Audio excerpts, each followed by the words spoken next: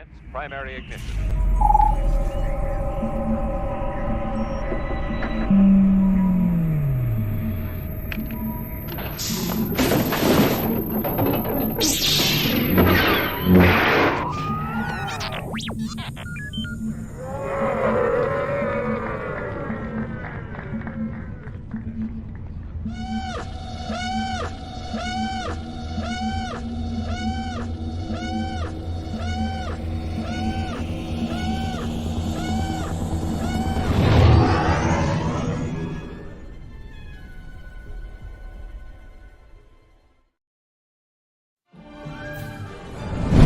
Hey everyone, how's it going? Story and Kenji here. Played Cad Bane on the Book of Boba Fett on Star Wars Disney Plus. You're watching the virtual Cantina network. Have fun. Wow, Cad Bane's calling us in. This is great. Thanks, Dorian. Hello. Happy Monday, Rebels. Oh, I'm so excited. I know Mike is in the chats already, and he's excited for this. He's been camped out for days. We Hi, get it. Mike. Yeah. Zeb's probably #1 fan in our group if we were going to start ranking. Yeah. So for this best of, I almost texted him to be like, what are your moments? But I want to say, Mike, I want you active in the chat as we go through our list. And you tell us what your favorite moments for Zeb are as well. Hi to everyone else who's joining. Thanks for catching up with us on what is obviously a huge week in Star Wars. Like we are, less than 24 hours away from the finale of Ahsoka. Like, do you feel it, Ashlee? I'm like energized for it. Yeah, I'm like, where are they going to go with this? Like, obviously, it doesn't say it's a limited series. So my hope and guess is that they're going to continue on and they're going to make it like episodic television, like The Mandalorian. And I think so too. Yeah. Where Obi-Wan Kenobi said limited, it's, yeah. Yeah, which I wouldn't be surprised, honestly, if they bring back Obi-Wan. I mean, we brought back Hayden already, so Anakin. Could you see Obi-Wan again? Maybe. Look, I'm loving the Ahsoka show so far. Hi, Lori. Hi, Sarah. I do think there's potential for another season, especially it all depends on what happens in this ending, because there's so much. Hey, John. So yeah, and by the way, we're not doing an Ahsoka show. We are doing Best of Zeb. We are just acknowledging the fact that it is Ahsoka week here in Star Wars land and on the network.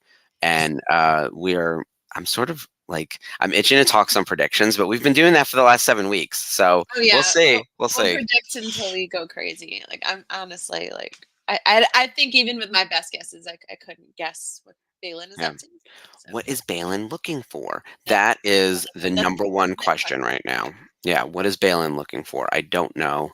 And yeah, there are a lot of cliffhangers, and we don't see Zeb yet. By the way, I actually think that thank you, 1, to everyone who voted in our poll. We'll talk about the poll in a second. And to 2, people who picked Zeb, because I think Zeb is an unsung hero of the Ghost. But 3, there's also a thought that, like, will Zeb show up tomorrow? They mention him. They say that he's training New Republic pilots, or New Republic recruits. So that gives me hope. Yeah, it's certainly possible. Working closely with Carson Kiva. And we saw Mike in our poll chat spamming, not really spamming because we love Zeb, but spamming all the comments with photos of underneath Zeb. every single one of them. Yeah, Zeb got an organic bump from Mike. And Baylan's looking for him. Daddy Baylan. Who, by the way, is one of my new favorite villains, and it's just sad that Rey isn't around to see the love and see everyone give him his roses, because I feel like he was underappreciated in all of his acting gigs as well. Like people who knew him knew how good he was, but I feel like a whole giant audience has expanded with this show and just realizing just how incredible he was. And that's the magic of Star Wars. Yeah, he's crushing it in this role. And man, I think there are 3 choices. What is he looking for? A World Between Worlds entrance, the Bendu, or those witches from the season 6 Clone Wars. What are they? The Wellspring of Life, like that. It's something gigantic, right? It's that gigantic and weird and mystical. Supernatural. I'm gonna throw that out there. It's definitely something supernatural, because otherwise, why would he go that far? older than old, older than the Jedi, older than the Sith, possibly older than the Night Sisters. We're talking like beginning of time level crap over here. So whatever he's looking for, it's scary and powerful, and he's willing to just like abort everything else he was working on. He was like, "I'm out of here, Shin Hati. Go do your own thing. His Good luck own fighting Ezra." Padawan. Like Yeah, he's trained her probably her entire life. Like we don't know their history obviously yeah, yet, but like seriously, like that's like your dad being like peace and just dropping you off at the bus station. It's like, yeah. come on. Palpatine, Lori, no. Look, all roads lead to Palpatine. We know this. And the same way, all roads where we currently are leading to the Force Awakens and the Last Jedi and Rise of Skywalker, the destruction of Hosnian Prime, the building of Starkiller Base. You know, we have Rise of the Kazuto First Xiono's Order. the Rise of the First Order. Kazuno Xiono's dad, the terrible senator, who is awesome in this Swear to show. God, it Oh, was he's the almost impressive. worst. Chopper's like, what the fuck? I know, yeah, basically. I was like, there's gonna be Oh. some there's gonna be some more crimes in this episode. Um, so I was really loving the way they're treating Kaz's dad, because Kaz's dad in Resistance was terrible. And honestly, like now we're seeing the live action version of him, and I want to slap that man in character. As an actor, he is delivering. He is terrific, and I love him. But If he's making us hate him, he's doing his yeah, job. he's doing it right. He's doing a Yes, really, Sherry, really good he's job so there. bad, he's good. Yeah, Yeah, we love him. So definitely. so big ups to him. But maybe that's enough Ahsoka for Can I just tonight. say, Yep. Yep. Senator Jerky McJerkface? Yeah, there's two of them. There's also like Mon Mothma's husband, but I don't know if he's a senator. Right? He's Yep. definitely a coattail rider. Just saying. Yeah, he's a no one. Yeah, I just have to give a shout out to Carson Teva for being the only other person in history other than Harrison Nula that can hold Chopper back and Chopper not actually just be like, no, Yeah. mess off. I'm gonna kill this guy. So yes, Yeah. I do. I same thing, John. And Yeah, sure, look, why not?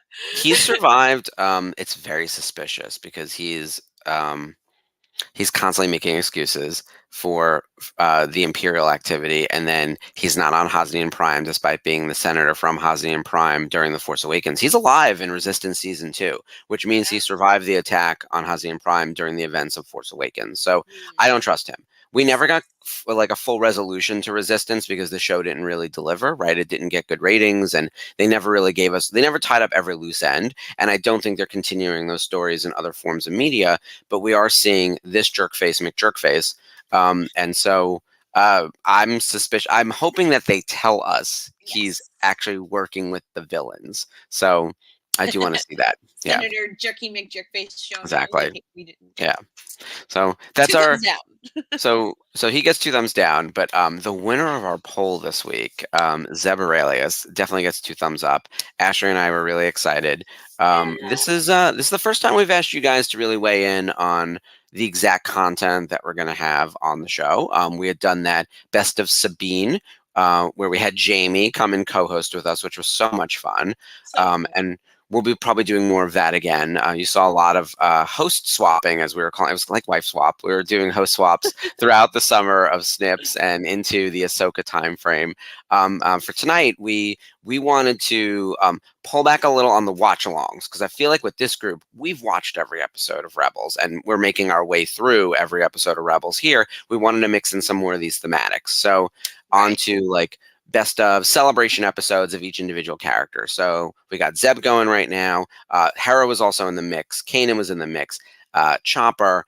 Imagine we get to some of the villains. Do a best of Callus, the Inquisitors, Grand Moff Tarkin. Look, I could spend days talking about Tarkin. Yeah, and I know Chopper got a lot of love in the polls, but we're planning, because he's our favorite murder bot, and Halloween is spooky season, and it gives me an excuse to wear my trick or treat Chopper Go shirt. We're gonna do a Chopper episode later on this month, just kind of represent our favorite murder bot, and I guess his best of moments, also the worst of moments for anybody for anyone on the opposite side. Yeah. Or being an Inquisitor. Yeah. So yeah. That's going to be a fun one. October is here. It is the official start of spooky season.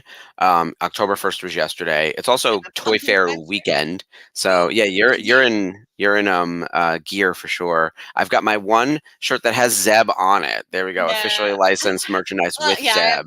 Zeb on it, but that's it. Actually, but they're both in the wash. I know. I need more T-shirts. How sick is it just to say that out loud? Because it's like I have so many already, but we have to get some of our Get us own more from. Rebels I t-shirts to and say. we have more new merch By and the way, yes, we have to talk about that new merch because the it's Hu so Yang good. shirt is I just am yeah so over the moon about that Hu Yang shirt. Like Hu Yang is for the younglings, of course, and yeah it's just representative. And if someone meets David Tennant this coming weekend at New York Comic Con, you have to wear that shirt. You have to get it and wear yeah it. With us. 2 weeks away, which is Tell us. crazy. So Yeah, I'm um ready. yeah, so spooky season's upon us. We will be doing a Chopper episode, as Ashley mentioned. We're also going to we'll do another Halloween spooktacular. This year, Halloween is a Tuesday, so we won't be crashing into anything on Monday night. Last year, we did a pre-record. This year, we will dress up and do something and have some fun with something Halloween-ish. And there's more to be announced on the network. So we have a lot going on, but on Wednesday, we're doing the Ahsoka wrap up with a bunch of hosts from across the show. It's sort of the answer to Ahsoka Eve, where we did that right before the show started and we gave our predictions and we had all the hosts around and I was moderating the big panel. We're doing it again to talk about everything we saw. Yeah. Yeah, and there'll also be a Zoom on Halloween because it's a Tuesday, so right on for happy hour. I will be out. I'm doing multiple Halloweens, and someone who works in the Halloween industry, I will not be on that Zoom, just full disclosure. But this Wednesday, we're going to be announcing we'll be talking about, as a group, some of our big plans for October and spooky season, and then you'll start seeing the announcements come out of what all the shows are doing over the next couple weeks. So very exciting stuff over there. Yeah. But let's get into Zeb, an underrated character for sure, and someone who Completely. needs more love and attention. The way we structured our yes, Ashley is going to be joining us on Wednesday. Mike is going to be on with us. Yep. It's me, Ashley, Mike, Spencer, Dave, Jeff. I want to say Kat is going to join as well. And I think we have at least one nerf herder of the two. I want to say it's AJ, but I will double check. But I think both are joining. So we're going to have representation from every show on the network, which is going to be really fun. And then, of course, we also still have the official after show for Ahsoka on Friday, the watch along on Thursday. Those are not going away. This is just an incremental special presentation from the VCN. So that'll be We really get the fun. swirly letters like Yeah, get the NBC. Yeah. so good times. Yeah, we're the werewolf by night, as it were. Which is Um, fine. It's fine.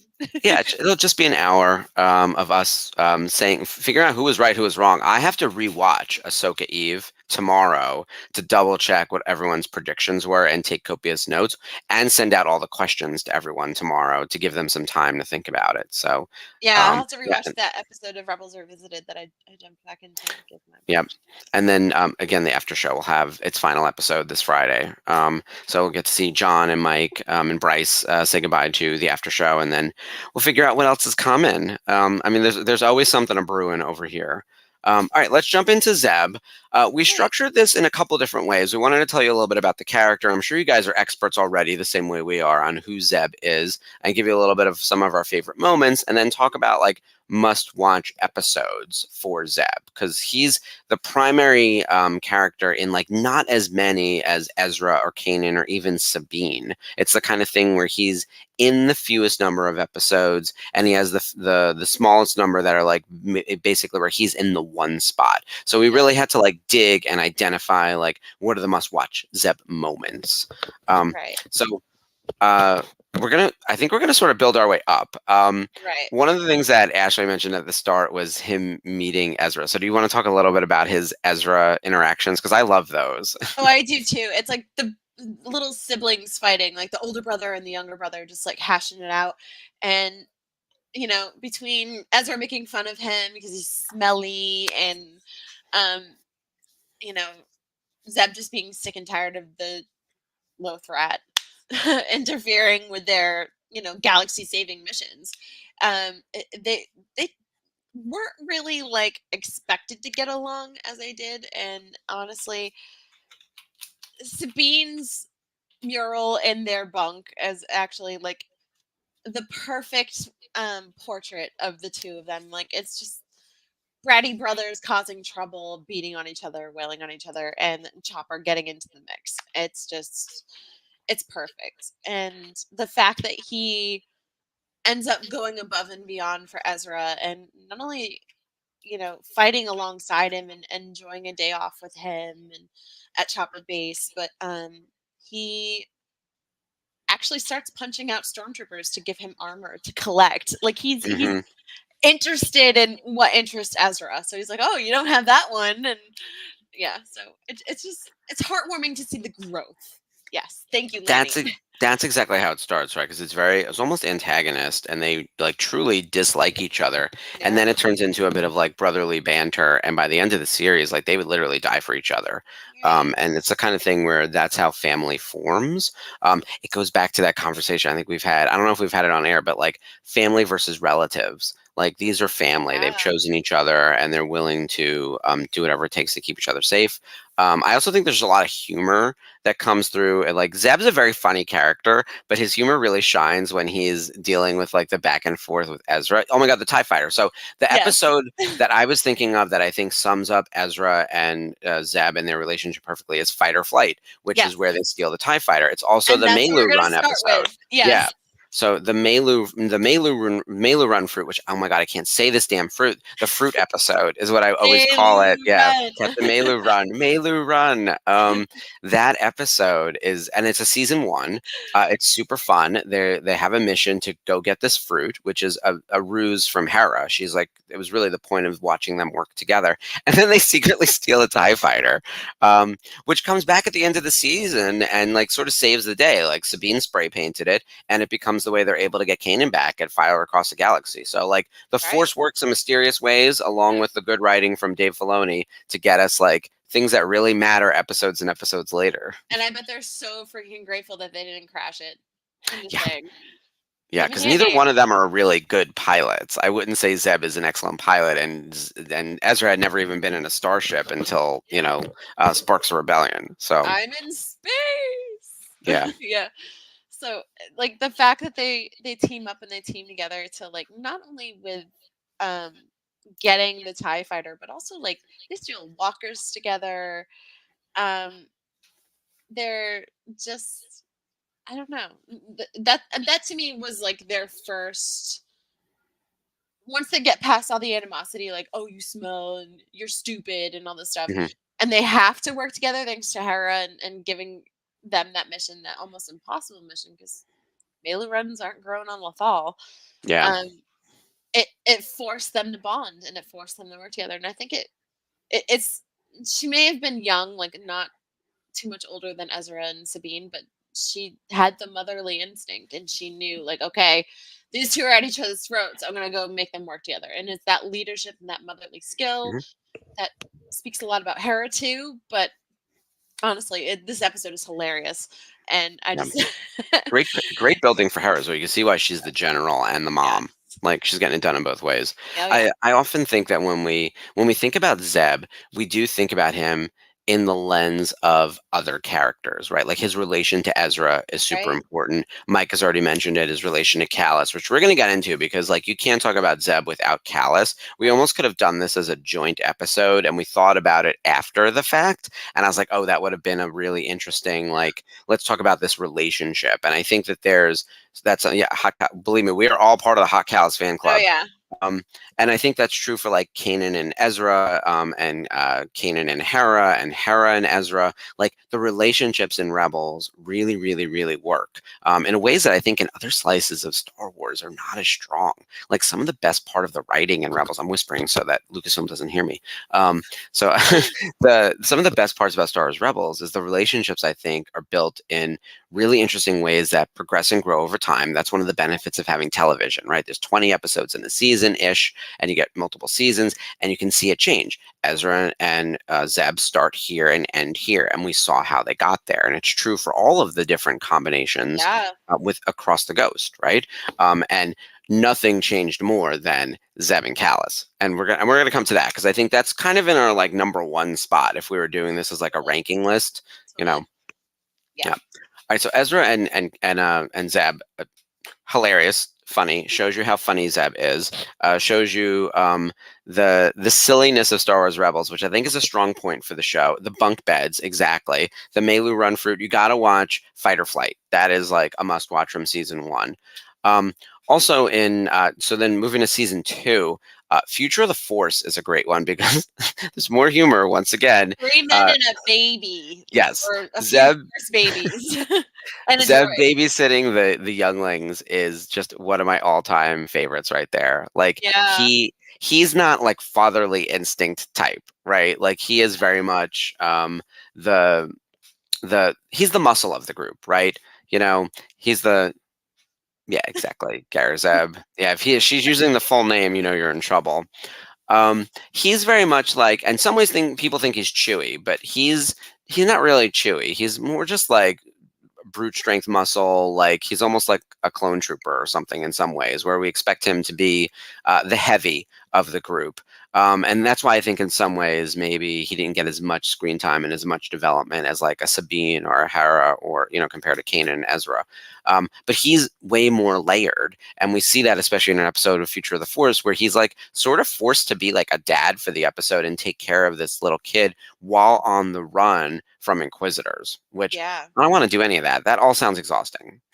The scene where he takes the baby out of the basket from the droid, and next thing you know, the droid is getting plastered all over the street. It's like, oh crap! Like I'm Yeah. suddenly in dad mode, and I gotta keep this child alive and get it back to its family. And Mhm. like you just see Zeb, like even though he panicked, yeah, exactly, Sarah. He's a Steve Harrington of Rebels in this episode. And Lainey And is saying that he's the Jane from Firefly, which, can we go back to Firefly for a second? So, absolutely. and everyone knows my disclaimer. I used to be a Whedon fan, and now I am not a Whedon fan. I am still a Firefly fan because the show, as a piece of artwork, stands on its own, and I think it's wonderful. I'm actually not a fan of the actor who plays Jane, but the character's cool.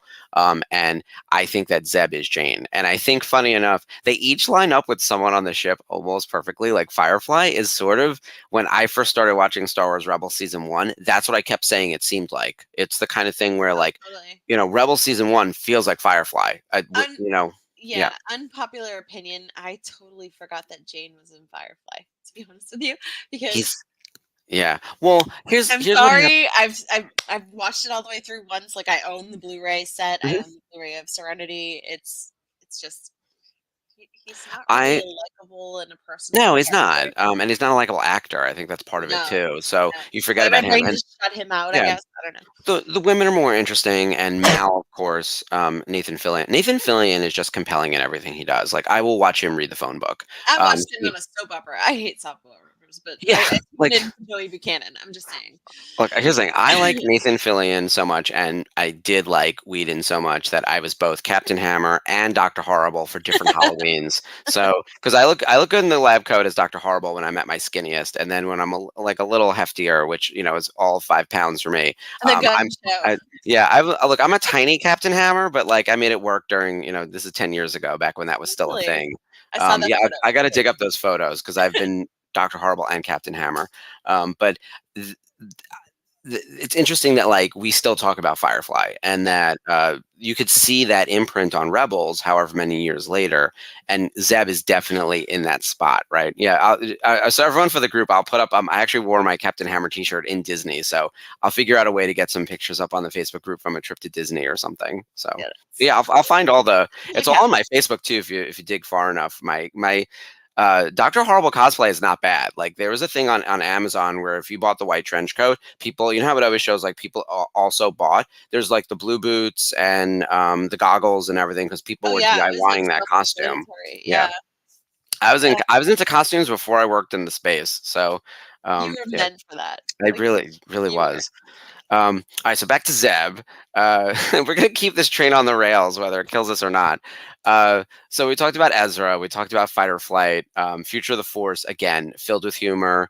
Just great dad moments for him, really taking on leadership kind of roles. That segues nicely into the episode we just watched last week, which is Warhead. So Zeb is put in charge, and things go haywire when the droid that they recover, which gets killed by the big spiders, turns out to be an Imperial droid, and runs havoc across. And that's a great Zeb episode, though. It really is, because yeah. he's forced to take charge. So it's him, Chopper, and AP5. AP5 does nothing but insult him the entire time, like where he just stops and stares at him, and he's like, "I'm just surprised that you actually had a good idea." And it was just like the best line ever. And Zeb's just like, Like he I doesn't he I doesn't was want one. to like fight back, but he's like knows, and it's just like so. There's just the amount of babysitting that he has to do with these two droids from causing chaos, but not only that, like getting this detonating bomb to get out of their base and before it transmits back. Yeah. It's Oh, chaos. It's pure it's actually a really chaos. scary episode too. When we Yeah. were rewatching, I was like, "Oh, this would have been good for spooky season," Would. because it feels like a horror movie. Like this droid is on the loose, and then it becomes sentient in a way that it realizes again that it's an Imperial, and then it's chasing them down, and even Chopper's running from him, right? And Chopper ain't scared of nothing. So like Chopper, AP5, and Zeb are left to fend for themselves on a seemingly empty base, being hunted alien style by this In the killer dark. droid. Yeah, it Yeah. was. Yeah, it's mostly set at night. It is a great episode, and it really is like an AP5. If we do a best of AP5, which I hope we are on air long enough to get to best of AP5, because I think he's a deeper cut, I love kind him of so character much. list. Yes, Um, Lanny. we start there. Yeah. Um, Yes, John. He's up there with K2, totally. In terms of yeah. the dry snark. AP5 is I mean, he's a character all in himself because he's also kind of like Alan Rickman, right? Like that's He's the totally Alan reference that Rickman. Yeah. Steven Stanton is using to bring that character to life. It's very that droid is superior to everyone around him, people included. Yeah. But just having him like somebody who's vocal and somebody who can like counter Zeb when they're trying to figure out what to do with this warhead, like we need to stop him from transmitting the location of the base and we need to stop them from blowing up. And the fact that they're able to like work together enough to get it back onto the destroyer and into escape pod back onto the destroyer to blow it up and save the location of their base, like it's remarkable teamwork. Absolutely Yeah. remarkable teamwork. And it's a great Thrawn episode too. So I know we Totally. just watched it. If anyone Ron didn't missed see it, that coming. no.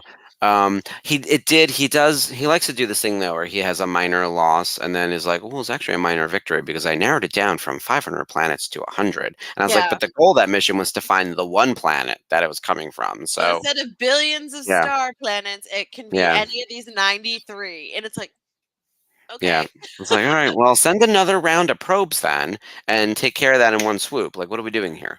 So, like, you have all those other ones left. What are they being used for? This feels like an easy answer, but anyway, that's not, I'm not rewriting the show. So either way, that's a great Zeb episode as well. I would say it's certainly on the must-watch list. Now let's get into the real meat, the real heavy, like, I would say the huge character development with Zeb is very much connected to Callus. First off, in season 1, we find out that Zeb is a Lasat. That's his species. We haven't seen it before. It's created for the show. Looks a little bit like the concept artwork done by Ralph McQuarrie for Chewbacca, basically, right? And so they sort of translated this into a brand new species, a Lasat. The homeworld is actually called Lyrasan. And he believes that he is the last of his kind, like that he is the sole survivor because his planet was like genocided. And Callus was there and among them. And it comes to a head early on in season 1 where he has like hand-to-hand combat with Callus, and Callus is using that big electrified bow staff. That's a weapon that the Lasats use. So that was like a major clue. And he's like, yeah, I took it off of a dead Lasat. I was like, oh, this is dark. Like, Yeah, like we're 2 episodes into Star Wars Rebels and we're talking about genocide and weapons stolen off dead bodies. Yeah. Yeah, and it showed. Okay, I don't want to say showed the dark side because it's not really like Callus has a lot of bravado, but I don't think I put him in a place of cruelty, like Price, obviously, but no, but considering that it's considered through the Lasats to be a weapon of honor, and the fact that he has it, and he doesn't know the Lasat traditions, or at least Zeb thinks he doesn't know the Lasat traditions well enough to have taken it honorably. It just infuriates Zeb even more, and he's just like ready to kill. And Callus, for his part, obviously he doesn't know any better yet, is just egging him on, and you can just see the rage building up. And he's, yeah, I took it off a dead Lasat after I killed him on your planet, and it's just like, Yeah. just digging the wounds. I know. It's like, he said, what now? Yeah. In like episode 4, Like, it's like that dark, you guys. Like he tried to kick you out of a starship in episode 1, and now this is where we're going with this. Like, Mhm. Callus seemed to be irredeemable at this point. Yeah. Absolutely Oh, yeah. irredeemable. He was on my list. But let's pull up the you get a redemption and you get a redemption because um, we've talked about Callus a bit on this channel over the past several weeks as well because we've been deep in like a season 3 rewatch, and Right. you're seeing Callus's turn happen in real time, and we know where we are right now in our watch along. We know he's the Fulcrum, and it's like, all right, here's another villain who is going to turn this around. His feels more earned though, because we find out that one, he actually didn't genocide anyone. The Lasats are still alive, which we learned in the episode not Mystery of the Lasat, Legend of the Legends of Lasat. Lestat. Yeah. Yeah, which is a must watch for Zeb. So in fact, here are my 5 must watch episodes. If you're going to do nothing else for Zeb: Fight or Flight, which we already talked about; Future of the Force, because good times, that's just fun; Warhead, which is again a great AP5 and Thrawn episode; Legends Right. of the Lasat, which is where we find out that the species is still alive, and they actually talk about secret hyperspace tunnels, which is a whole thing right now with the Ahsoka Yeah. show, and actually ties into the fact space whales, like everything connects, man. Like it is just crazy. And then I think the most important episode is the Honorable Ones, which is where Callus and Zeb have their first interaction where they have to figure out how to work together to stay alive, and it actually basically turns Callus into a good guy. Like that's the turning point. We didn't know it at the time. We just thought that they like lived long enough to not kill each other. But it Yeah. turns out that was the moment that Callus was like, okay, we're leaving the Empire. We're gonna defect. I think the Empire showing him like zero, like, oh, we were looking for you, sir, or like zero amount of compassion. Obviously, they're the Empire. We knew that wasn't coming. Or anything like that. When he was stranded on a planet, he could have been dead. He was at the mercy of the rebels, and he Hmm. survived. And they're just like, yeah, didn't even know you were gone. Yeah, exactly. I was like, oh, were you And at lunch? Yeah. yeah, totally. And when Yeah. the episode after that, where he wakes up and he's in his cabin and everything's sterile, and you see it from his point of view, and nobody cares. Like nobody No, even notices not he's one gone. person. His life goes back to normal. It's just, and he feels changed. Like he feels like, okay, I learned a lot about my enemy. I learned why he's fighting, how he's surviving, and what the Empire is really like, even not only from what they've done to my enemy, but what they're doing to me, someone who's supposedly on their side. So Right. Webb really showed him that, look, this is the way, this is why we're fighting. The enemy doesn't care about you, the enemy doesn't care about me, so what are you doing? Yeah, it was a real eye-opening moment for him to see that it doesn't matter what he was willing to sacrifice the Empire. The Empire was not about to even try to rescue him, Right. whereas everyone from the Ghost crew scrambled to figure out how they're going to rescue Zeb because it's their family member. So this is the difference of Totally being eye like in an org chart at a company as opposed to a member of my family, right? Like that's the yeah. difference of the two.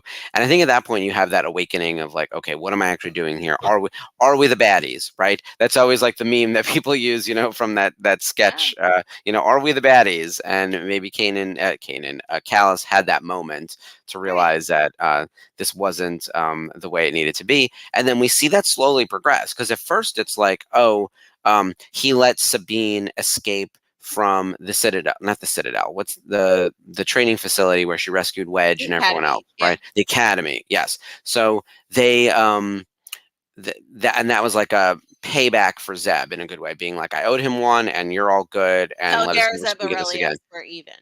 Exactly. And Yeah. then it was like, okay, like that to me feels like we're on an even playing field now, and That's that's as far not as I expected it to go. That's really same. as far as I expected it to go. And Yeah, everything else exactly. is like, And then, yeah. really? And then it gets to, oh wow, he's like secretly the Fulcrum and he is going to defect. And that happens at the end of season 3. You see, when we get to Yavin, he's there in the hot callus look with the mutton chops and the beard and everything. And he's on Yavin with Mon Mothma and the rest of the crew, fully left the Empire the same way Wedge did, the same way Sabine did, all these defectors. Just part of the rebellion, and he's part of the group that goes to Lethal to help liberate the planet, which is Absolutely. where he was like one of the main antagonists in season 1. So it was quite the turn for him. Honestly, like I think it would have been interesting to see how he got onto the Fulcrum Network. Like that's some deep cover Hmm. stuff. Yeah, And it's not something you can just normally find by like, oh, let's just put and in a it couple it buttons. wasn't Ahsoka. She was trapped. She was in the world between worlds or whatever else, right? Yeah. So it's going to be Bail Organa, who's sorting that out, I guess, Yeah. or Hera and Bail probably, because Hera seems to know that it was him, I guess. Yeah. So funny enough, as you're saying, Fulcrum show, Laney or Lonnie, Laney. It's the kind of thing where when they first announced Andor, I was thinking they'd call it Fulcrum, and we would focus on different people who had the mantle of Fulcrum. Because then That you're would have been talking so cool. Bail, Yeah. Ahsoka, like Princess Leia, like and give us the espionage. Because then you could focus on different characters, and they kind of did that in the show. I mean, it's every episode is not just about Cassian himself; it's about the building of the rebellion. So very cool. Um, so yeah, I think Zeb is very much defined by his Good to know. relationship with Callus. Yeah, and one where like he not only helped him move from Imperial to Rebel, and they have become good friends. He like Zeb took Callus to Lyrasan in the finale, so he could see that the Lasat people weren't killed off. There wasn't really a full scale genocide. Whatever happened, like they must have lost that battle, but Yeah. not everyone died. So Callus wasn't then able to carry around that guilt with him, which was great. Yeah, and honestly, I feel like that's a point of healing for him too there because like okay, maybe he just had the guilt and it just kind of pushed him because he said it was when he first joined the empire and it was something that they made him do and Yeah. he was kind of at the mercy of his commanding officer and um it the guilt and everything else and the thought of okay, I helped carry out the genocide of this whole species, this whole planet, and it just kind of pushed him forward to be like, okay, I'm an evil, dirty person now. I'm just gonna throw myself into this. And the fact that Zeb and his people, the Lasats, show him that no, they're not all gone and they accept you with open arms because of you've had a change of heart and you've seen the light. We're gonna welcome you into our fold. And Mhm. yeah, I think they know. I think they know. Yeah, it's definitely seemed healing. And then, of course, there's like then the next question about Zeb and Callus's actual relationship. There's the speculation of like, are they actually a couple? It's not canonical. It's not 100% It is in confirmed. my soul. Um, yeah, I think there's a lot of headcanon that the two of Totally. them are together at the end because Oh, maybe Zeb that's has his arm around him and brought him home to meet the parents, I essentially. know. It's so Um, cool. it's also and we've talked about this in our LGBTQ special that we did for Pride Month back in June, like the fact that there's so little LGBTQ representation in Star Wars. I think especially people maybe reach for that thread, or is it coded or it's intentional but not explicit? I think you can read into it either way. Like Right. I've had this conversation a few times, and Mike, I also think they're a couple, and I often refer to them as a couple. I don't know if it's in writing anywhere, but it's the Poe Finn thing, right? Like everyone knows what that was supposed to be, but it didn't land because of other reasons. John has talked about it. Oscar has talked about it. The fandom is pretty aware, and then they pulled back because of a little bit of cold feet. And so I wonder if the Zeb and Callus thing was in a similar spot. And as we've now seen live action Zeb, is there a potential to see a live action Callus and make it a little more intentional Season and 2. Season yeah. 2. So, or the finale, even. Look, if I Yeah. knew that Ahsoka, Ezra, and Sabine were coming back, and Hera has, because here's the thing, Hera has to make a phone call, right? She has to be like, guys, I almost got court-martialed. Leia saved the day. Chopper nearly killed this man. Sabine and Ahsoka jumped in the space whales, right? Like to go to another galaxy to go rescue Ezra. Who's the first phone call you make? It's Zeb, right? Yeah. Like he's the first Come call. back He's and in the help call. these Yeah. crazy bastards. They're driving Yeah. me nuts. I almost Yeah. lost my job over them. Yeah, Seriously. you got one call and it's going to Zeb, and then if he's not with Callus, because if he's training people, maybe they're not, not all married couples live together when they work and they're, traveling for business. Like you call Callus, and you probably call a few other people close into the network. You call other people on Lethal. I'm sure that there are some like Ryder Azadi might want to be there, right? It's the kind of thing where like you need to get the band back together very quickly to be like, they might be coming back any day now. Be on the lookout. Like family reunion immediately. We need to debrief. Also, there's a threat out there. You guys remember Thrawn, right? Like you need to talk to everyone you've ever met about about this. But you start with Zeb. Yeah. He's in the one spot because he's the only one who Definitely. hasn't been in the show yet. And Like also who's like still alive? he's in with the New Republic. Like he Yeah, and obviously he Carson knows what's up. Teva, they're all in with the New Republic. They're all getting the word out and keeping watch for these things. Mhm. So they're responsible for like training these fighters and making sure that they know what threats are coming. If they're not being allowed to be told that Thrawn is coming, like Yeah. How do you I prepare definitely for think that? you're right. I think Hera's gonna be on that the HoloLink and just be like, hey, Garazeb, you need to get it. Yeah, and honestly, now that we know Zeb knows Paul, Carson Teva. Carson Teva was there at the potential court martialing. You think that Carson Teva is not calling up Zeb, be like, "Yo, your best friend was nearly lost her job and her livelihood," and Zeb's gonna be like, "What, Hera? Haven't heard from her in like." It better be days, right? I haven't heard from her in days, as opposed to years, right? Like I'm assuming that they're all working together still and talking all the time. Yeah. So Zeb is aware of what's going on. I think that's why they showed us him with Carson Teva Yeah. in Mando to be like, everyone is still talking to each other. You're still all living in the same zip code, And basically, he's in right? Blue Squadron. Like he's wearing Yeah, the blue flight suit. yeah. So I don't know. I I just know, really Sarah. I don't mean to hope. get your hopes up, and I don't mean to keep making this the Ahsoka show because we have 7 other shows on the network that are tackling that. No, but I understand, and it's also because Zeb is such an important part of Rebels that it's Yeah, not fair that we have seen. We found fucking Ezra. Excuse my language. And we haven't seen Zeb. I haven't And seen he's Zeb. right there Yeah, the whole time. So yeah. it's just frustrating as a Rebels fan that I think we'll see him. I also think they wouldn't have given us that very cool but very small cameo. Which, by the way, congrats on Steve Bloom, one of the few voice actors to also move into the live action space. It usually is a different actor. It's been rare. It's been Katie Sackhoff. It's been him who did the mocap, as well as the voice for Zeb, and then Clancy Brown came in to do Ryder Azadi, which that was. If we want to talk about like moments, how did none of us think of it? It's the kind of thing where I think about I all of our did. stupid I predictions. said it. You're right. You did say it. You did say it. Yeah. It blows my mind. I'm still holding out hope for Corky Kreese. So, Oh hell yeah. I will yeah, die on that hill easily. Like that yeah. needs to happen.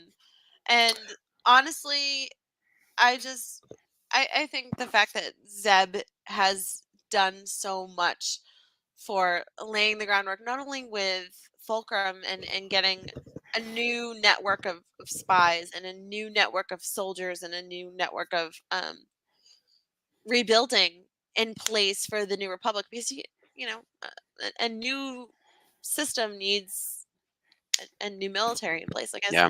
as dumb as it sounds, because I really hate the fact that we have to have a military to keep peace, but We do in the Star Wars universe yeah, in a big way. Look, it's we're always warring in the Star Wars. yes, Um, any wars and in the stars. we're trying to avoid it, but it's kind of how it goes. And I think Zeb is aware of that, right? Like, there's a reason he's built as sort of like a warrior, but then he's also very loving, and you see it come through in the interactions with Ezra, the way he cares for Sabine and Hera and Kanan, and Callus. Which I do want to land the plane on that. The Callus Zeb thing. We as I was saying, we don't have a ton of LGBTQ representation in Star Wars, and with Finn and Poe, sort of this dance of are they, aren't they kind of thing. And then the actors off screen talking about how they played it that way, but it wasn't explicit. But then you see it in Lego where it's kind of like, oh, they're are they just friends? Here's the other thing too. As a gay guy, I joke sometimes that maybe I'm reading into something and I need someone else to tell me whether I'm just seeing it through a lens or is this actually the case. because sometimes I want things to be gay when they're not, right? And I just have to like I need like one of my straight guy friends to be like, I was like, is that happening or am I seeing something that's not there, right? And then there are times when it's like, okay, this feels intentional. I think in this case, this feels really intentional. It feels like it's actually the case. I agree Yeah. with you, Mike. I do think that they're among our LGBTQ representation. It's not quite as explicit as the pig and the chicken from Resistance. I'll never let Oh it my go. God, Never let no. it go. Our number one No. representation from Resistance, the pig and the chicken. But shout out to Honestly. Bobby Moynihan, by the way. He's great in the role of Orca, and I love Bobby Yeah. Moynihan. Love Um, him. but I would love to see if we get live action Zeb coming back in to see live action Callus and to get some clarification of like what they're up to and what their relationship is, because I think that would do a yeah. lot. Yeah, I think their hands were tied because it was a cartoon for yeah, children and a on cartoon for Disney kids. XD, Yeah, and they don't want parents to be writing those letters. I And know it's always a but thing. this is an adult show. This is live action. This is Yeah. on later at night. And Yep. And we parents, had some ladies in Andor, which was very exciting. yeah. Which I was mean, why not? yeah. Why not? Well, someone brought up a good point that like I guess one of the responses to like not having queer content was that this is a family program, and someone was like, "You don't have queer people in your family. Do you think Yeah. queer people don't have families?" It was the kind of thing where it's like those two things are not separate circles. No. Like this is But to um, many ignorant people, yeah. and So that's what you're always up against, right? It's the same. It I goes hate it. back to, Yeah. I mean, it goes back to like I was reading things back in the day of like, why is Lando being black in my Star Wars, right? It's like that's 30 years ago. Why are there women taking up these roles? You're hearing it now. Why are there so many shows about girls in Marvel, right? People are pissed there was a She-Hulk, but not a Hulk. And I was like, you realize that's more of a rights-driven kind of thing. They don't have rights to the Hulk. They would do a Hulk show also. Also, he's in it. Also, we need more female characters. Like until Yes, there's thank you, like Mike. yeah, it should be like why is there a 90-10 split of male to female characters? Like let's start there. Like that's the real issue. But Why they is there don't one because female Avenger? yeah, Like because yeah. and they end up fridging her for all intents and purposes. Yeah, basically. I can't believe they killed Black Widow and Gamora. There were like two active women in phases The 1 through most 3. Yeah. badass women Yeah. in all of the Avengers, and Yeah. yeah, let's just Oh drop yeah, them we off have the the list. lesbian moms. I forgot. See, I don't watch the, and that's a preschool property too. And that's so preschool properties in general are really hot right now across all franchises. I got to tell you, Jamie just can a toy attest to fair. this. Her Yeah, daughter is obsessed with Young Jedi and Avengers. they do really well. And I'll tell you this: kids are getting screen time earlier and earlier, and we were watching a lot of TV as kids or whatever. But it's also a great place to like teach lessons and all that stuff. And it's amazing to see a lesbian couple like in my Star Wars one and in a preschool show. But I'll tell you, like I was just at Toy Fair, which by the way was great. I'm exhausted. I'm running on adrenaline, caffeine, and a little bit of hope. And I'm going to bed right after this. But Toy We have Fair hope. was amazing. And Yay. I will say one of the themes I saw was more and more franchises are talking about on ramps. Like, I think a lot of people are aware that, like, putting out content doesn't mean it's going to automatically be a hit if you haven't been bringing people, new people, children into the franchise and growing with them. And I think Star Wars, better than most other franchises, despite whatever challenges Star Wars might have had over the last 10 years, they've done a really good job with on ramps. Like I think Rebels, Resistance, Clone Wars, whatever age you were, the prequels coming in, this new Yeah. preschool show with the Young Jedi Adventures. There's going to be an offshoot of Looney Tunes called Bugs Bunny Builders that's all infant toddler focused. There's that new Tiny Toons Adventures relaunch. Is like there's all these like Which is hella Spidey and cute, by Friends. the way. Yeah, Oh my they're all God. adorable. I know Spidey one and of the Friends is the characters. cutest things. Yeah, Yeah. I know one of my friends, one of the artists that I admire, Genevieve Sai.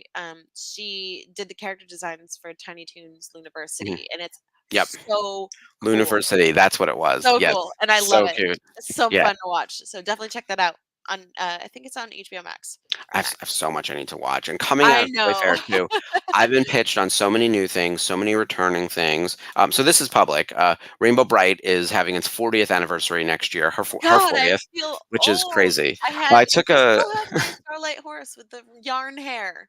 people love Rainbow Bright. It's the kind of thing where I couldn't believe I posted a picture. You might, if you're I know. friends with me on Facebook or Instagram, you would have seen it because I took a picture in the action figure box. They I don't have screamed, like Mark. a I yeah. screamed. I was like, It, "Oh, really?" yeah. It's kind of crazy. I didn't even think about because I'm a child of the '80s, so I love He-Man, She-Ra, Thundercats, GI Joe, Rainbow Bright. Like you name them all, I'm there. It's like, yeah, I saw Rainbow Bright and the Star Stealer in the theaters, like as like a 5-year-old or whatever it Yeah, was. Like I was in. I remember she had a friend who was a boy, and he had a robot horse because they were trying to bring in boys also. It did not work, but it doesn't matter because I saw it, and I remember that movie was I love bonkers. these So vests. yeah, I love I these love that vests. people are blowing up over Rainbow Bright. I gotta tell you, it was like, and yeah, Yes. Thundercats, like, look, these properties, and it's because of our age. I'm 42 now. I was born in '81. I'm like Yeah, truly a I'm child of the 40, '80s. so yeah. So you know what's up. We grew up in the age where like a property came out. There was an action figure, a cartoon, mini comics, a whole lore that came with it, and it was almost like this vertical integration that there was a franchise built in with it, right? That's how we experienced our first set of toys that we played with. And Yeah. now we've been replicating that model for the last 40 years, and everyone's trying to do it. And by the way, 90% of it fails. Like it is bonkers. So it's the kind of thing where like some of the brands that did really well during that time frame are able to remain relevant. Turtles did it, which was a little bit later, right? Like Turtles is still super hot. The new movie's Yeah. awesome, but Rainbow Bright hitting her 40th next year, Happy they have a birthday, big plan. Lonnie. Yeah, that's so Oh, awesome. happy birthday. I know. Yeah. Woo! Yes. We're the I wanted to say elder millennials, but now they're calling us geriatric millennials. And let me tell you, my lower back is feeling it today because like it was a long 3 days standing and meeting people, meeting licensors, meeting customers, meeting potential partners, giving people the tour of the booth. And I'm going to be back in 2 weeks. This was industry only. I'll Yeah. be back to do that stuff again at New York Comic Con. We build the booth. The booth build starts a week after tomorrow. Like it is 9 days away. Like I'm gonna have a heart attack. Like it's that soon that I'll be back in the Javits Center and have to do like 4 more days of You need a this. few bottles of liquid IV. That stuff will save your life, like, I honestly. I got my vitamin C every day and I'm not stopping. I I usually remember do. okay, so Remember my vitamin. I met up with Mark at last year's New York Comic Con, and he hands me, like, a handful of, like, emergency he's like, "Here, you'll Yeah, need this." And honestly, it saved my life because as soon as I went home, I'm like, yeah, "Oh." everything hurt. Yeah. So Um, immediately come home with a sore throat. I've got throat lozenges. I brought with me to the Javits Center for Toy Fair, and I do this for consumer shows as well, a roller luggage with my laptop bag in there, a change of clothes, including socks, because it was raining like Noah's Ark level of rain over course, here in New it's the York. It season. was terrible. Jeez. Um, my umbrella, all the paperwork I need. I need to bring up one box for the booth that was like a stack of some papers. And then I have my emergency. I've got cologne, deodorant, band-aids in case like your feet get bad, Tylenol. Like I come ready. And yeah, Same. con crud is a real thing, John. It totally I is. do vitamin C 3 to 5 days before, every day during a show, and 3 to 5 days after. This time around, I'm going straight through pre-Toy Fair all the way through until Comic Con, Do through it. Comic Con, and Yeah. probably 3 days after. So emergency every day for the next, because it's also like peak COVID season. There's no way I didn't catch it. Like this is terrible. I hugged more people in the last 3 days than I have in the last 2 years. Like, Oh my goodness. yeah, Yeah, Sarah mentions a good point. They're a 10th anniversary of Rebels. They're celebrating the 10th anniversary of Rebels, in Marvel Comics, but they're just doing the covers only.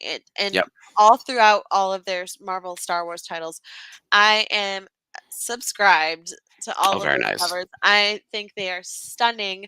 I dug through my storage unit tonight actually, and I found all my Kanan single issues. So Kanan the Last Padawan, Very Kanan. nice. I found sketch blanks, so that was really Ooh, cool. Those are you really could hard do to some find. of those for your art. Yeah, Really hard to find. I yeah. also found Forces of Destiny comics. Oh, So very nice. there's Ahsoka and Padme, Hera, Rey. Like these are like really cool books. So I was like, oh, I'll take these out of my stack too. And I'm so happy that I was able to like find these things that I love so much in there, and just to have Rebels be respected and being honored this Yeah. way with 10th anniversary. Like it's the little things. It's the stuff that we loved for so long and people are finally like embracing it. So It's taken a minute for everyone else to catch up to influencers like us. But and for everyone in the chat, thank you for supporting Rebels and Rebels Revisited. We're going Yes, to keep going. I want to have a 10th anniversary of our little show. right. So Yeah, keep yeah, going, Dave. they're Keep giving us more gonna, Rebel content. We'll just we're gonna keep cooking up content. They're gonna be like, at one point we thought the show would leave the network. Didn't you run out of Rebels episodes? It's like never.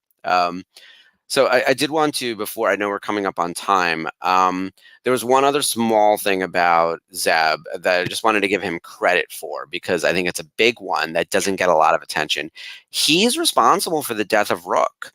And in the series finale, Family Reunion and Farewell, a lot happens, and it's Ezra's story more than anyone else's. The space whales arrive, we take down Thrawn, we free Lothal, like it all goes the way we hoped it would. And without Kanan there, it's that much more like sad and tragic. And then we lose Ezra, off into deep space. But Zeb in the fight with Rook has like this appearance toward the end of season 4, kind of out of nowhere, where Thrawn is like, all right, Rook is going to come into play. And he's really not to be trifled with, but Zeb goes head to head with him numerous times and fights it out with him. And then in the final episode, Rook gets electrocuted to death, but it's Zeb that really sets up him getting caught in the mechanism where he gets electrocuted when the whole command center is basically going haywire. So so poor Rook, R.I.P. To R-U-K-H, Rook. But it's the kind of thing where I actually think Rook is a wasted character in Rebels, and it's kind of sad that we he's basically Thrawn's right hand man in the books. Yeah. And to have him being reduced to like a mere lackey. I mean, it's cool that he was in there. Like, thank you for putting him in. It's like a honor those who really love the Thrawn novels. But I feel like, and also shout out to Warwick Davis for voicing him. Like, completely, he was great. Surprise. That gruff, like voice. It was just crazy. I'm sorry, I do a poor impersonation of it. I couldn't do it if you asked me. There's no way. Lori says Rook is the Gollum of Star Wars. Yeah, they kind of turned him into that, and it's disappointing to me. But he proves to be a very formidable foe with the Rebels, and he's like a bloodhound. Like he was able to literally like sniffs around and find them out. So crazy. I was like, oh, gross.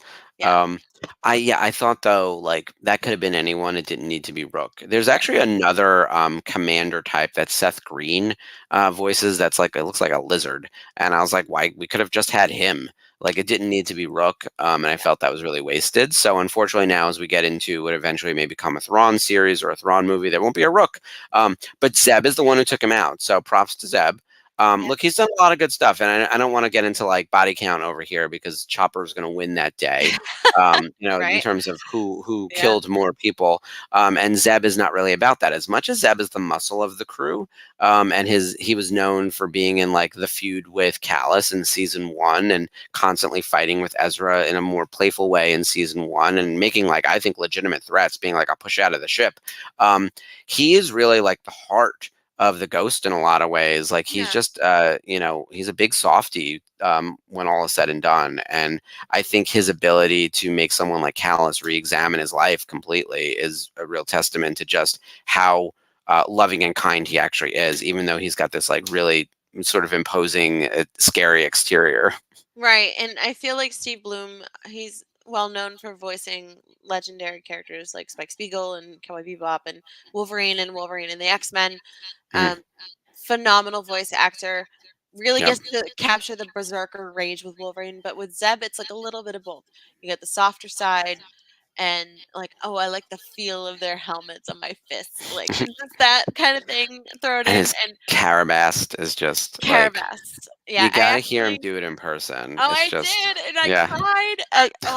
I cried. He signed this photo for me that we have here in our backdrop. Oh, and that's great. It's Zeb in a hallway, and he's like this, but in the background is a bunch of stormtroopers all laid out. It's so perfect.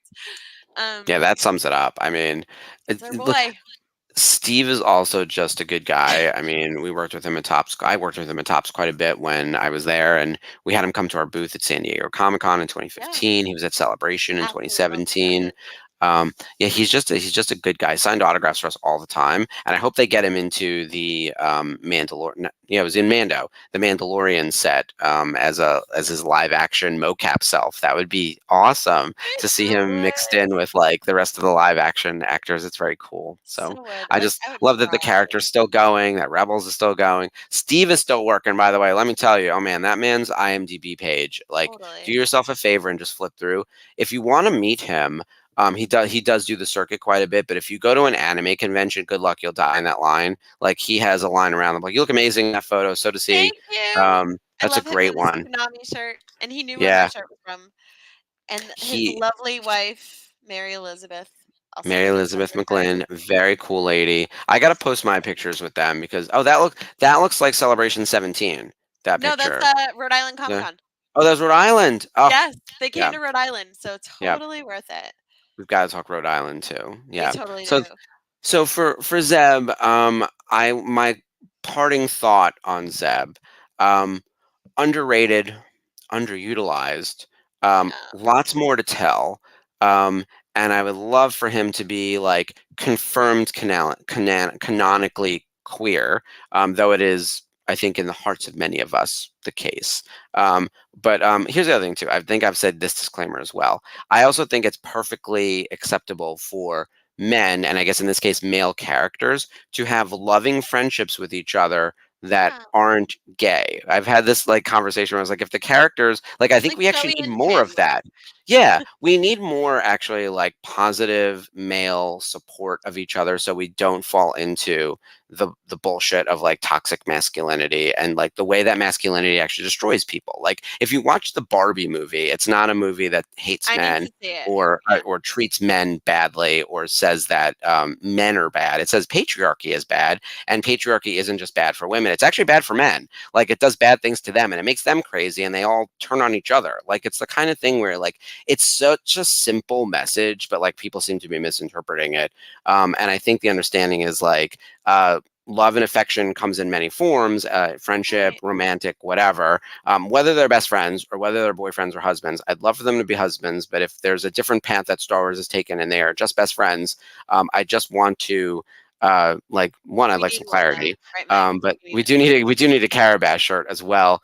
I got Um, my Hu Yang is for the children. I'm yeah, happy. I do want to just see. My only request is I want to see more of them. Is what it boils No down to. way. Yeah. We have a thing already. Oh, look, we could have teed it up better. Dang. So Okay. Sweet. nice. So that is Sweet. my one hope and request as we go forward for the character of Zeb. Perfect. Yeah. I mean, I really hope so too. And as you said that there's a lot of toxic masculinity, and it's making a lot of men, like, who obviously it's not considered manly to have mental health problems or to seek help and get therapy and stuff. And I've had a few people I know this year, unfortunately, be no longer with us because it's not manly to get seek help when you're having a problem.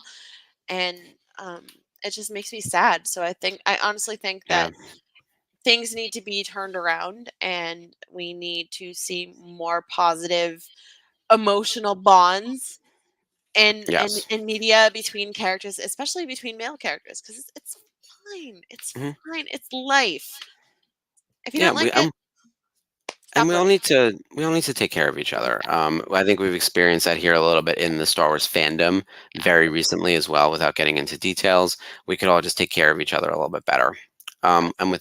with that, I would love to put that out as my hope for everyone here. And I gotta feel like this chat right here, like especially the people who come in week after week, like we see you out there. Yeah. We're giving you all big Thanks. hugs, big kisses, big virtual hugs, and you might be able to get some real live action hugs as well. Because guess what? We are on tour. Me and Ashlee will be at New York Comic Con, and if anyone is Yay! I'm willing so to come excited. to the Javits Center in 2 weeks, we will be there. I'll be working the Denuo Novo booth. Ashlee will be touring the show, and we're both going to the meetup in New York, which Kathy is planning. It's happening near Times Square on Okay. Saturday night. I should have double checked. Yeah. The details are there. So if you're in town for the weekend, that is our next big meetup for the VCN, and I think that's going to be a big one. It's going to be really, really fun. Yeah. Um, Lori, and then I the used to one, live an hour from Cleveland. I was there all the time. But yeah, I really am looking forward to seeing you and seeing so many of our fam next weekend. I will definitely be there 2 weekends. Friday. Yeah, Yeah. two Oh my weeks. gosh. Yes. Okay, Oh, is there that the it is. shirt? Yeah. Yes. I love it. I got to Thank get you. one of these. I need that one. Um, Yippee-ki-yay, Carabast. Definitely something to wear when you meet Steve Yeah. Bloom. Um, so in 2 weeks, join us at New York Comic Con. Let me tell you a little bit about what's happening on this week, though, in Star Wars. Oh man, is it a week? We're busy this week, you guys. Yeah, we have happy hour tomorrow night after the finale. So the Ahsoka finale is tomorrow night at 9 o'clock. Prepare yourself, strap in. I think it's going to be chaos, right? Um, and then we have happy hour before, and then immediately after, join the Zoom to talk about everything. Wednesday, we are doing a live show with hosts from across the network. So Ashley, you're going to be there. Definitely. Me and you. So Rebels Revisited is covered. We got Spencer I'm also and Daughters of Dave the and Jeff. Galaxy, That's right, and daughters you're our representing Daughters of the producer, so Galaxy. you count. A couple of the Nerf herders, some unifying force representation. We're gonna have the all shows represented on Wednesday night to talk about the entirety of the Ahsoka season. Not we won't say series, but season. Season. What We're gonna predictions say did we get right? You know what's going on and what happened and what did we like? What are we hoping as was what we see spaghetti next? stuck to the wall. Yeah, so let's see how that goes. And then Hell yeah. Thursday we'll do the watch along. Friday, the final episode of the after show with John and Bryce and Mike. And then on Sunday, a Unifying Force episode, which my understanding is also Ahsoka related. So it is all Ahsoka all week here on the network starting tomorrow, which is very exciting. And then we'll be back next week with the watch along. We are in 0 Hour, which is great because that's a very Thrawn heavy episode. And we're going to see him probably kick some ass tomorrow night. So we're going to then see 0 Hour where he kicks all the ass. Oh my God. So we will see 0 Hour part 1 on our show next week, and then part 2, and then we'll be at Halloween timing for some spooky stuff. So it'll be a lot of fun. Yeah, we'll get into like Yeah. Chopper's favorite kills, the Night Oh yeah, Sisters. we'll do it. Yeah. We got some chopper action for sure. Oh my gosh. I think that's it for this week. Anything else we need to talk about before we go? Yeah, can we just put up the link? Yeah, here we go. Our storefront and the virtual Cantina Tea public site. Hu Yang ain't nothing to force with, and Hu Yang is for the children. Those are our newest Ahsoka inspired shirts. Ahsoka Part 8, The Voyage Home. The Voyage Home. That's great. Master. So you can go to tpublic.com/user/virtual-cantina. We also have the Daughters of the Galaxy collection, which you see on Sabine here, our logo shirt, and What Would Hera Do? I think the I Am No Jedi shirt has been taken down, but the Master one is still up, so that one's pretty wild. Definitely check out that. Rebels Revisited has amazing gear as well. We also have our Pride merchandise, our patriotic merchandise, representative of our shows. So make sure you check that out. Yeah, and I should mention this would have been a Daughters of the Galaxy week because of the timing. So that we're doing that Ahsoka all hosts, all hands kind of show on Wednesday. So Daughters of the Galaxy will be back 2 weeks after that with another episode. I think around Mother Talzin and the Night Sisters. I think because of it's our October spooky episode. So yeah, exactly. It's gonna be really fun. So you and Jamie will be back with more devilish. Dark magic using women, which is very exciting. It gives so me an excuse to I love my dress Mother up like Talzin. Mother Talzin and have like really dark eyeliner and eyeshadow and just kind of do. Oh, do it. That'll be great. No, I'm All right. just terrible with makeup and so terrible. That'll be really, really fun. Yeah, so everyone be on the lookout for that 2 weeks from this Wednesday. So I think that's it for everything going on. Oh, Yay! stinky. Required viewing. Yeah, for sure. Honestly, Well, voting, and obviously, like we had so much fun covering our boy Zeb and getting to discuss. And ironically enough, as we compile our lists separately and then just kind of pile them together, and we literally had the same list for Zeb. Yeah, we were we're sometimes really close, and then other times we'll have like a couple weird ones on the out. This one was like bam, Chopper a perfect being circle. number 1 on my list. Sorry. You do it to troll me. So yeah, I agree, Catherine. I think as we talked about, Zeb is underappreciated and deserves a little more love and attention. So everyone go out there and watch your favorite ZEB episode. Start with honorable ones and then work your way to Legends of the Lasat. And I honestly think Fight or Flight is just so stupid fun. Get Let Melu Run Fruit. So yes, oh yeah. my god, if you have to start with any ZEB episode, start with that one. It's so fun. Yeah, it's so fun. Yeah. It's chaos, but it's so fun. And Well, thank you we'll be guys. back. We'll be here all week, girl. You can't get rid of any of us. So join us Wednesday. Yeah, come in for happy hour tomorrow, but definitely come back on Wednesday for the Ahsoka wrap up. That's our next big thing. Right. Yeah. Definitely. We'll All right. see you then. All right. Good night, guys. May the force be with you. Bye. Carabast. Had to throw that in.